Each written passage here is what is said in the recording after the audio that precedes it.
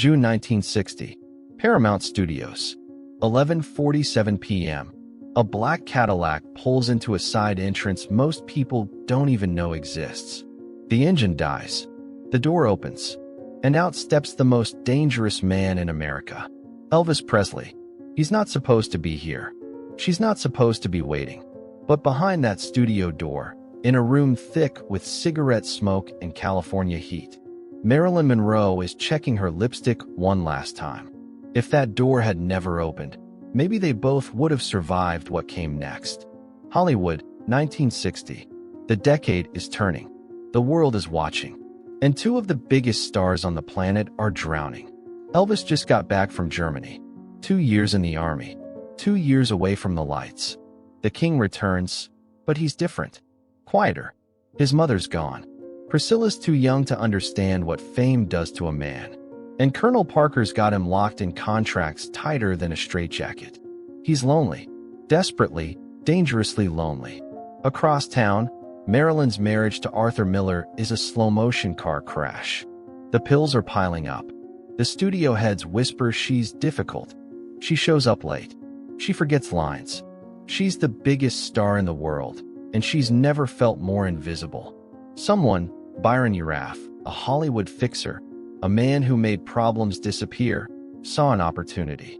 Or maybe he saw two people who needed to not be alone for just one night. He makes a call, then another. Don't bring anyone. Don't tell anyone. Just come. And they do. Because when you're that famous, that isolated, that hungry for something real, you take the risk. The room is small. Smaller than you'd think for two people this big. There's a couch. A bottle of champagne neither of them touches. Marilyn's wearing a cream dress, no shoes. Elvis keeps his leather jacket on. Nervous. Like a teenager. According to Yraph, who claimed he waited outside that door for 3 hours, they talked. Just talked. But not the way stars talk. The way broken people talk. She told him about the studio. How they owned her. How every smile was a contract. Every photograph a prison sentence. How Arthur looked at her like she was a character in one of his plays, not a woman. He told her about his mother. How the fame came too fast. How the girls screamed his name but never asked his name. How he felt like a performing monkey in a gold lame suit. For 2 hours, they weren't Elvis and Marilyn.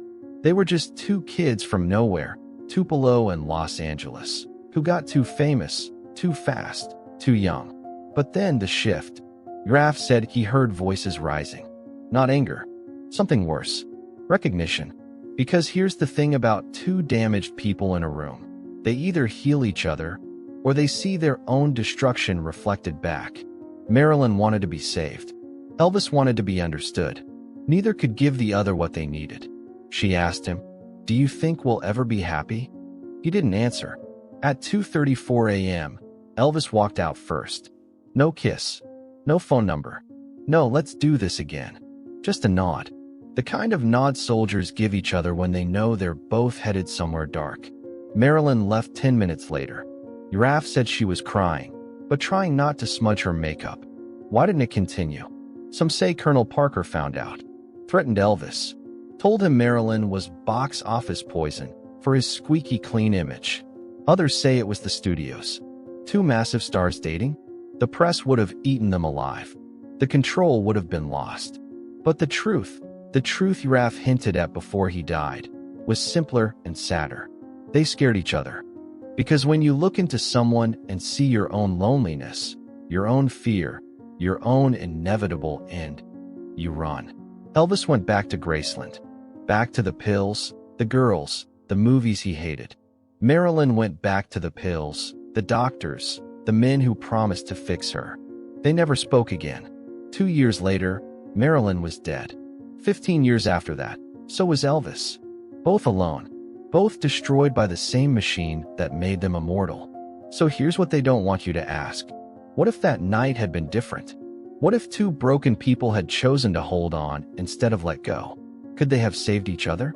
Or were they always meant to burn out, alone, in separate mansions, surrounded by people who loved the idea of them but never knew their names? Hollywood buried this story for 50 years. Now you know why. If you want the truth they tried to erase, hit subscribe. Because this is just the beginning. The icons you worship, they were human, they were hurting, and the machine that built them is still running.